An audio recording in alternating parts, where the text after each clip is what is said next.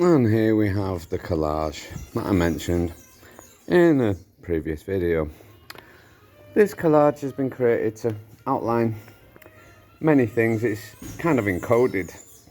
Yeah, it's kind of encoded in a way. It's pretty simple to understand what's being said and what the connections are, who the players are, what they've been up to. As we scope slowly over it, this is the main culprit that I've got my eye on, is Emmerich Weissenberger. He's an actionist, artist and visionary, according to himself. There he is, on the cross that he created and that he's hung himself on, as it says above. It's English and Spanish. There he is again. Flyboy, you in, I'll open that door, rob all the gold, get off with a swag. So for about 3 months now I've known this guy's hanging around. It's like literally, it's like the universe is giving me bite-sized pieces of information that if was given in a whole would would be a lot harder to assimilate, basically. So, he's an artist, a fine artist, and I got the shock of my life when I realised that I think he has been around my son and in my house. And like when I discovered the this art of a young boy being choked by a man all naked, there's a couple of women hanging around as well, mainly men. That's on his Monument of Hope. That's the cenotaph, one of the cenotaphs in Austria. That's where he's from. He's part of the that lot. The this is his Vienna.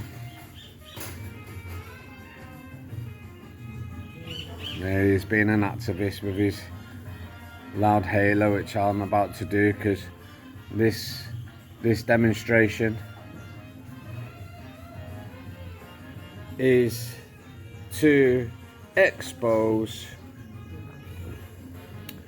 the many influences in my life and in my son's life that have caused heartache, sorrow. It's been like, it is psychological torture. There are some very serious players involved.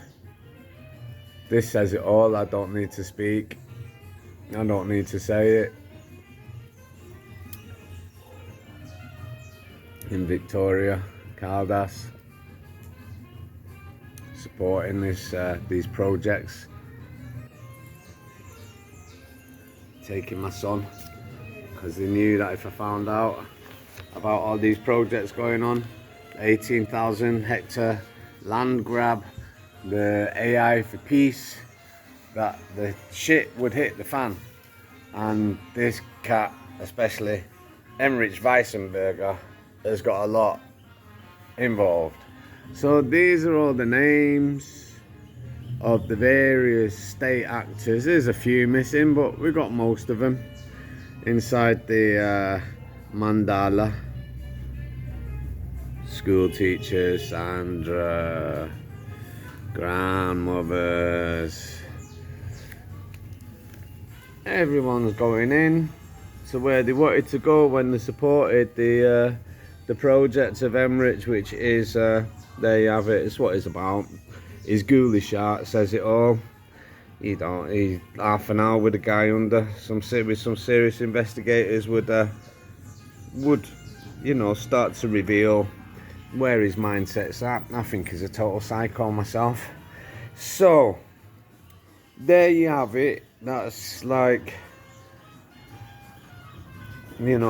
culmination of full of little sigils and that of my own. This will get burnt. It's all getting burnt. With sigil magic, you tend to burn your sigils. I think people buried them as well, but I burned them. I released them with fire, so that's what I'll be doing. It's the full moon like yesterday and today. The Alcalde in Victoria is closed and the Bienestar de Familia is closed today. So I might go tonight and stay in Victoria overnight, and then I'm going to put this on the obelisk in front of the Alcalde, and I'll be inviting people to discuss, and I'll be opening their eyes to, like power structures and like who's running what and who's who, because of course it's a Freemason town. It's one of the, I won't go into the history. My mind's totally blown.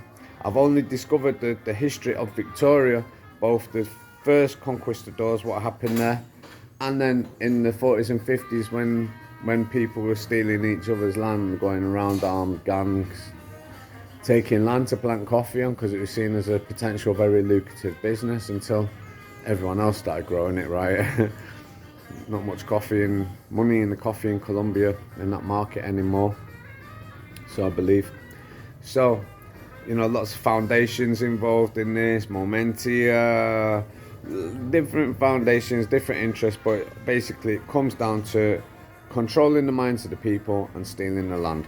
Same old project, nothing's changed, been going on for 300 years with the Rothschilds, started it with the bankers, the 5 sons, the 5 cities, and this is one of the jurisdictions that we're in. Well, my jurisdiction, my land, Loma Linda, I object to it being in that UN catchment area, that land grab, and I'll be putting pen to paper and stating as much, and I'll also be getting hold of the other organisations that I believe are actually fighting this.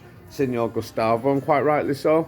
You've got more than enough talent with the people in Colombia, enough money with the people in Colombia, and enough talent with really good people in the world that aren't going to come in and try and like control everything and tell you how many children you can have for a start off and all the rest of it. This real specialists, not the schmucks in the UN, because they're not. It's one big family and you're not in it, no matter how much you think you are. You're not. You're just not. They come with a good chat, they make a lot of promises, they've got a lot of money, throw around, grease the wheels, and basically it's the long-term agendas that you as the president, you have to pay attention to, because it's really, really fascistic. We need liberty, freedom, sovereignty, and a chance to blossom and bloom. So this next 1,000 years, we go into with the right attitude of peace, cooperation, harmony, and conciliation. You don't listen to them idiots in London, this lot. Don't listen to them. The vampires. The bankers, the vampires. All they want to do is screw you, screw your kids, right, and screw everybody. We don't need them. I've give you the blueprint for economic reform there. The rivers of peace. It wasn't done intentionally to be like that. It come out naturally that there's your solution. I can see it, you can see it. Give it to your economists. I've got a family friend, the son studied at the London School of Economics. He advises top banks, top all the world's top banks for sustainability. So I'd be fascinated to have a look at what the proposals are for the housing. We get the houses fixed first, and we throw these schmucks out, throw them out of the country.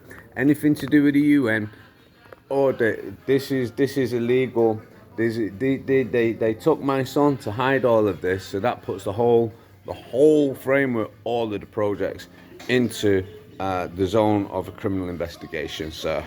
So that's what I expect. I expect to get my son in these coming days, because this is really not acceptable. Over a month I made that very serious complaint about this guy, this art, this, yeah? You can't see it, go on the website, have a look at it, and, a big picture of it. If it don't make you sick and what I just like throw this guy into prison straight away, then there's something wrong with you and your team. No more. So I'll be in Bogota in the coming days with this display. We go to the government square where there's a big, what do you call it? The not the Senate, after obelisk, I'll be going to the obelisk like I'm gonna do first in Victoria. I'll be pinning this to the obelisk, and I'll be speaking with my loud hailer. I've got my loud hailer. Yeah. First, I'll be asking the questions in the offices in Victoria from across the road. I'll be utilising this bit of technology. This will amplify my voice.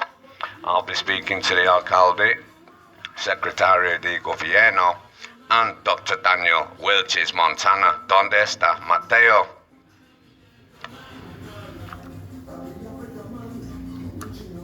Got a lot to say. I've got all my documents to read out. Got a lot to say. The Defensa del Pueblo keeps saying to me, you're repeating yourself when I'm sending new information, in fact. Well, you get a surprise. I've got more new stuff. Got it all there, ready. I'll be saying it on the street in Bogota, in the capital, in the coming days. Unless, of course, I get my son back. And then I won't need to do that, will I? But until I get my son back, I have to escalate this situation because nobody else is apparently able to step in and see that the very first two processes done in the Bienestad de Familia in Victoria nullifies all decisions after, because those two processes weren't done correctly to the law, and I was abused and my son was abused, our rights were abused, and even his mother. So that was in 2021 and 2022. So obviously, and then along with the complaint I made on the 6th of February about the crimes in the family that you still not attended to, and you still left my son in that situation, knowing that all this stuff is going on, that is criminal. So I continue with my drum, with my rattle, with my display, and yeah, that's it. That's it. I'm here for my son. I know what I am. I know who I am. I know what's going on. I know what I need to do. This shouldn't really be happening, because shouldn't be happening. It's for a reason it's happening, because the people involved, like Astrid Caceres, still haven't done a job, and the inspector of police in Victoria not done a job. All criminal, hiding, fraud, and all the rest of it. I'll just keep saying it online. You're criminal, liars and criminals. Okay? Better put a denuncier against me and get me in the court with your case saying I'm defaming you. Luis Fernando Bello Ruiz. There you go. Yeah. Why did you sign that protection order? That's illegal.